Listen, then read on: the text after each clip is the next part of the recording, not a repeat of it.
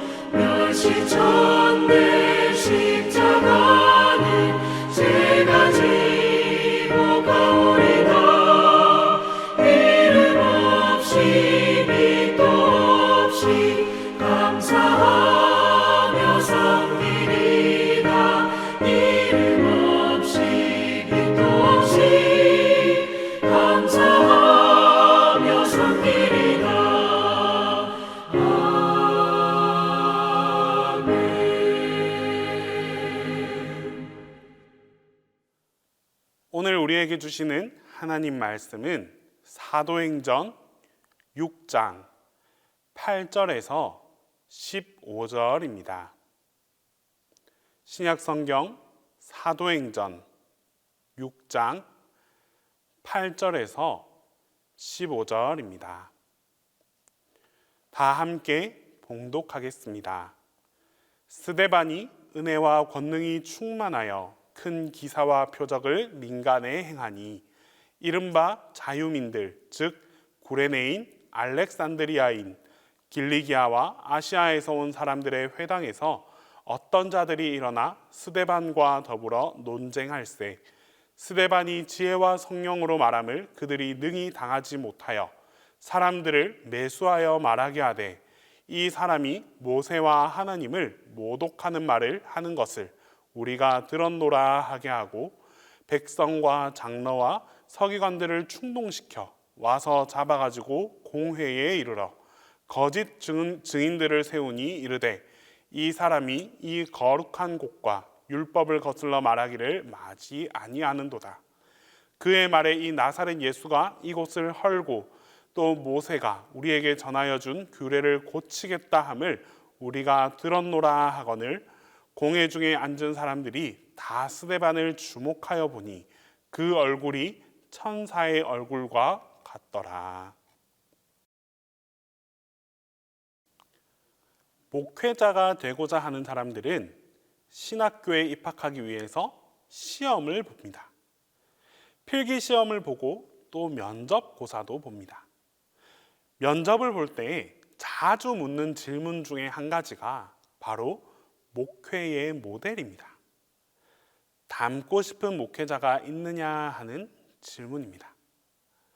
어떤 분은 본인이 출석하는 교회의 담임 목사님이라고 대답하고 또 어떤 분은 대형 교회를 담임하시고 한국 교회에 정말 큰 영향력을 끼친 분들을 언급하기도 합니다. 의사 지망생들이 의과대학을 졸업할 때 히포크라테스 선서를 하게 됩니다. 전 세계 모든 의사들이 그리스에서 태어난 이 히포크라테스가 천명한 의사로서의 윤리를 가지고 환자들을 돌보겠다라는 결단을 하게 되는 것입니다. 간호사들은 나이팅게일 선서를 합니다. 나이팅게일처럼 훌륭한 간호사로 살겠다라고 결단하고 의료 현장으로 나아가게 됩니다. 이처럼 다양한 직업군에 있는 사람들은 그 직업군에 합당한 롤 모델을 가지고 있습니다.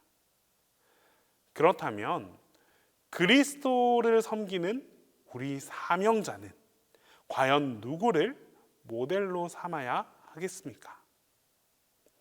우리는 교회에서 여러 가지 직분을 받아 직분자로서의 사명을 감당하고 있습니다. 그런데 이 직분보다 더 중요한 것은 성도라는 이름입니다. 하나님께서는 우리를 그리스도의 값으로 거룩하게 하시고 또 하나님 나라의 백성으로 삼아 주셨습니다. 하나님은 당신의 백성인 우리를 거룩한 무리, 성도라고 불러주셨는데 과연 우리는 그 성도라는 이름에 합당한 삶을 살아가고 있는지 잘 모르겠습니다. 오늘 본문은 하나님께서 우리가 롤 모델로 삼기에 성도로서의 삶을 살아가면서 롤 모델로 삼기에 가장 적합한 믿음의 사람 스데반을 보여주십니다. 스데반은 초대교회 7집사 가운데 한 사람이었습니다. 초대교회가 성도들이 점점 불어남에 따라 사도들은 말씀 사역과 기도하는 일에 전념하기로 했습니다. 그래서 성령과 믿음이 충만하고 지혜가 충만하여 칭찬받는 사람 7을 선택하기로 했습니다. 성도들의 손에 의해서 이들을 세우는 일을 맡긴 결과 7분의 집사들이 탄생합니다. 사도들은 이 7집사를 안수하여서 세웠습니다. 성경은 그 후에 스데반 집사의 행적을 이렇게 말씀하고 있습니다. 8절과 9절 말씀에 스데반이 은혜와 권능이 충만하여 큰 기사와 표적을 민간에 행하니 이른바 자유민들 즉 구레네인, 알렉산드리아인, 길리기아와 아시아에서 온 사람들의 회담에서 어떤 자들이 일어나 스데반과 더불어 논쟁할세. 스데반 집사는 기적과 표적을 민간에 행했습니다. 이것은 놀라운 일입니다. 하지만 이보다 훨씬 더 놀라운 일은 그 스데반이 여러 사람들과 회당에서 논쟁한 일입니다. 여기서 논쟁했다는 것은 의견이 다른 사람들과 말싸움을 했다라는 뜻이 아닙니다. 예수 그리스도를 전하는 과정에서 그리스도를 인격적으로 받아들이지 못하는 사람들에게 예수님은 하나님의 아들이시고 이 땅에 오신 메시아이시며 하나님께서 보내기로 작정한 그 아들이심을 아주 적극적으로 말한 표현입니다. 이렇게 말하기 위해서는 정말 성경 지식으로 충만해야 합니다. 그러나 또 한편으로는 지식만 있다고 가능한 것도 아닙니다. 성령으로 충만해야 하고 또한 성품이 온화해야 합니다. 스데반 집사는 하나님께서 주신 이 능력을 가지고 기사와 표적을 사람들에게 나타내는 사람이었습니다. 동시에 하나님의 아들 예수 그리스도를 메시아라고 증언한 사람이었습니다. 당시 유대교에 심취한 사람들은 예수님을 단순히 여러 선지자 중에 한 사람이다라고 여겼습니다. 그런 사람들과 논쟁하며 예수 그리스도를 하나님의 아들로 입증한다라는 것은 결코 쉬운 일이 아니었을 것입니다. 스데반 집사와 논쟁하던 사람들은 성령이 충만하고 지식이 풍성한 이 그분의 영성을 인정하고 또 그리스도를 하나님의 아들로 인정하지 않을 수가 없었습니다. 그러나 문제는 이를 지켜보던 유대인들과 로마 당국은 약이 오르고 또 화가 났습니다. 결국 그들은 일을 꾸밉니다. 10절과 11절 말씀입니다. 스데반이 지혜와 성령으로 말함을 그들이 능히 당하지 못하여 사람들을 매수하여 말하게 하되 이 사람이 모세와 하나님을 모독하는 말을 하는 것을 우리가 들었노라 하게 하고 그들이 논쟁에서 밀리자 돈을 주고 사람들을 매수했습니다. 거짓 증언자들을 돈으로 산 것입니다. 그들이 이렇게 거짓 증언했습니다. 우리가 이 사람이 모세와 하나님을 모독하는 말을 들었노라. 스데반 집사는 정말 단 한 번도 모세와 하나님을 모독한 적이 없습니다. 하지만 이 없는 말을 지어내는 이 사람들을 도저히 감당해낼 수도 없었습니다. 이제 그들은 스데반 집사를 고소합니다. 이 사건은 일파만파가 되었습니다. 12절과 13절 말씀에 백성과 장로와 서기관들을 충동시켜 와서 잡아가지고 공회에 이르러 거짓 증인들을 세우니 이르되 이 사람이 이 거룩한 곳과 율법을 거슬러 말하기를 마지 아니하는도다. 백성의 장로들과 서기관들이 스데반을 공회로 잡아와서 정식 재판을 열었습니다. 예수님께서 돌아가실 때와 같은 일이 또 한 번 벌어지게 되었습니다. 하나님의 아들이신 예수 그리스도까지 죽였던 그들이었기에 스데반 집사 한 사람을 죽이는 것은 그리 어려운 일도 아니었습니다. 만약 우리가 이런 상황에 처한다면 억울하지 않겠습니까? 나는 그런 말을 한 적이 없다고 항변하지 않았겠습니까? 하지만 스데반 집사는 전혀 그렇게 하지 않았습니다. 15절 말씀에서 공회 중에 앉은 사람들이 다 스데반을 주목하여 보니 그 얼굴이 천사의 얼굴과 같더라. 낯빛도 변하지 않았습니다. 화를 내지도 않았습니다. 불안해하며 떨지도 않았습니다. 그냥 얼굴이 천사의 얼굴과 같았습니다. 어떻게 이럴 수 있겠습니까? 진리와 평안 가운데 거했기 때문입니다. 원수 같은 것은 하나님께 다 맡기고 그는 오직 진리 위에 서 있었습니다. 우리는 억울한 일을 당하면 얼굴빛이 붉게 변하지 않습니까? 우리는 그리스도를 적극적으로 변증하는 능력이 부족하고 하나님의 말씀을 전하는 일에도 게으른 사람들입니다. 그러나 우리가 정말 참된 성도라면, 구원받은 하나님의 백성이라면 적어도 스데반 집사처럼 복음을 변증하는 일을 적극적으로 감당해 나갈 수 있어야 합니다. 그 과정에서 사람들에게 때로는 오해받을 수도 있지만 위에 계신 하나님을 바라보고 천사 같은 모습을 도리어 보여줄 수 있어야 합니다. 오늘 하루도 우리가 적극적으로 복음을 전하는 사람, 주변 사람들이 어떤 말을 나에게 하더라도 낯빛이 변하지 않는 사람, 온화하고 밝은 미소를 전하는 그런 믿음의 백성으로 함께 살아갈 수 있기를 바랍니다. 그렇게 살아갈 때 스데반 집사에게 임하신 하나님께서 오늘 여러분들의 삶 가운데에서도 함께 역사해 주실 것입니다. 기도하겠습니다. 첫 번째, 우리 기도할 때에 스데반 집사처럼 적극적으로 복음을 전하는 사람이 되게 해달라고 기도하겠습니다. 두 번째로, 어떤 일을 당해도 천사와 같은 밝은 모습으로, 온화한 모습으로 살아갈 수 있게 해달라고 기도하겠습니다. 끝으로 군 복무 중에 있는 청년들이 있습니다. 이 군 복무 중인 청년들에게 주님의 보호하심이 임하게 해달라고 우리 이 시간 함께 기도하겠습니다.